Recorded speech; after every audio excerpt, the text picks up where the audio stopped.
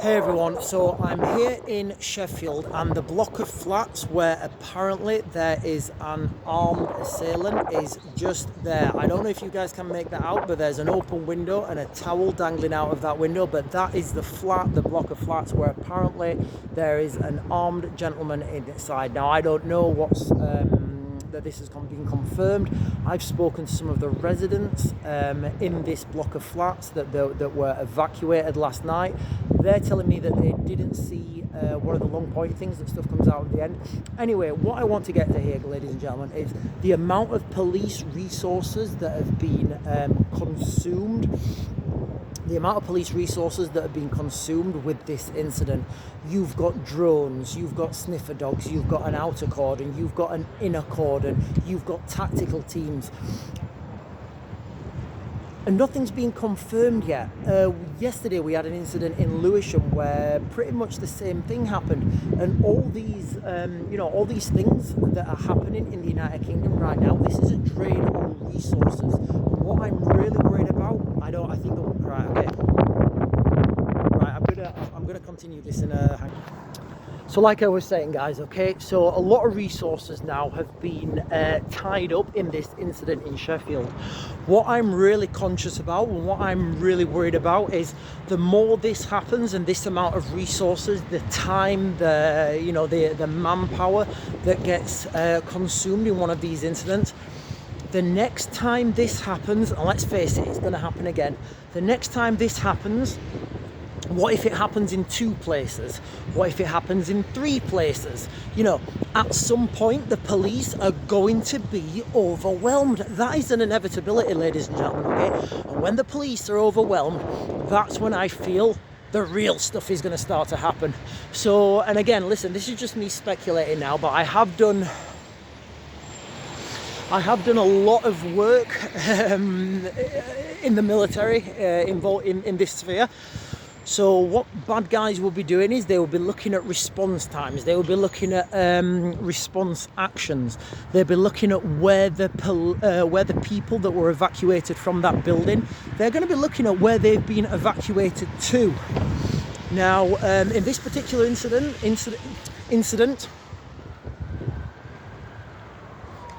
Sorry, I can just hear sirens. Hang on. Right.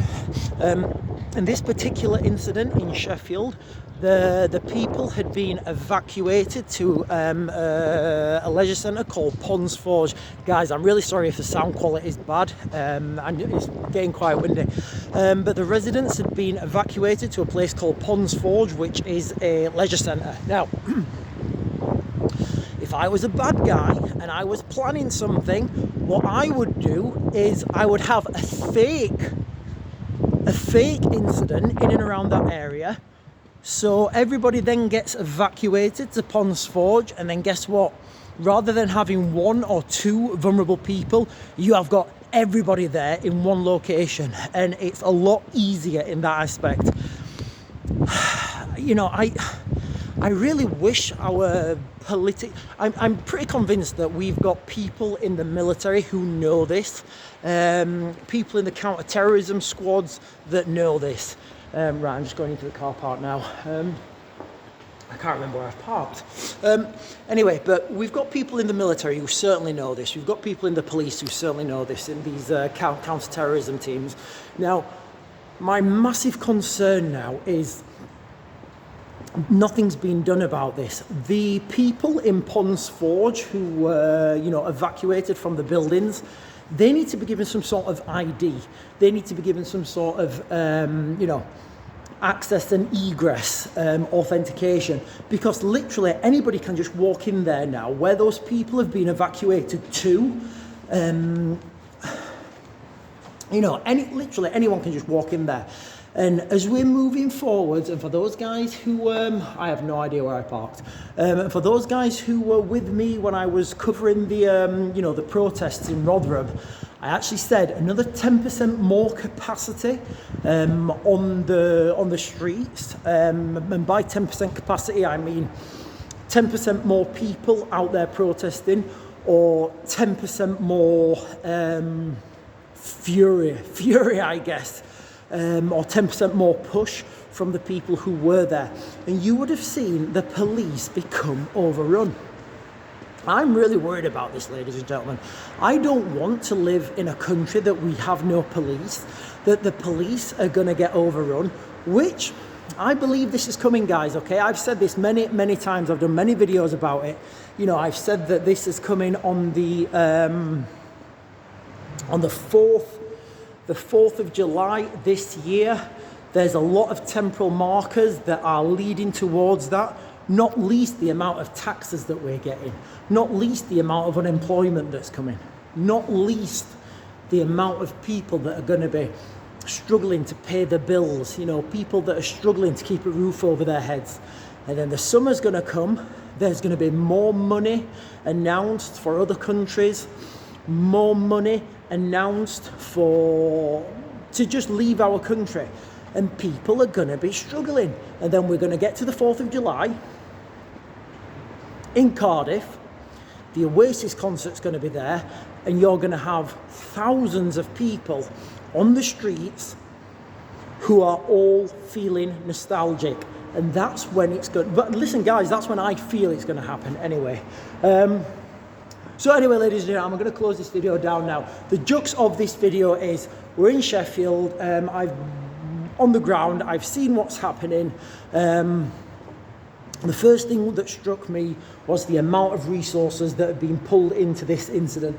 It's unbelievable. I don't think we can't, as a country, as a police force, we can't cope. We don't have the resources and the manpower to commit this sort of resources.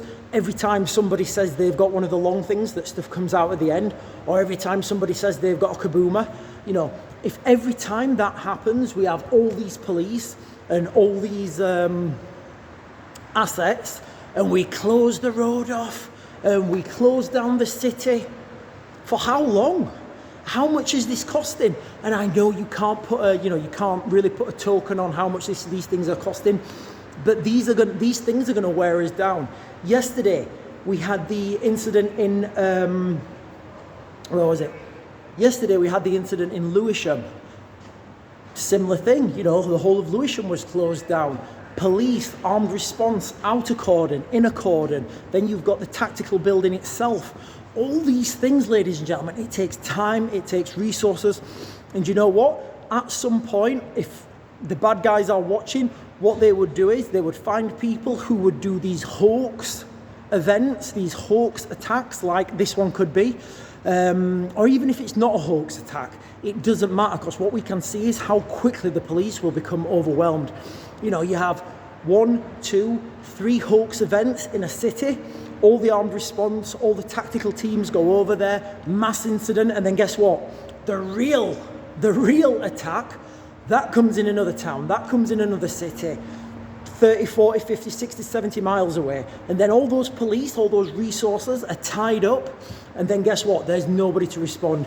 Anyway, guys, listen, I'm going to back to grid, and I'll get you guys another video later.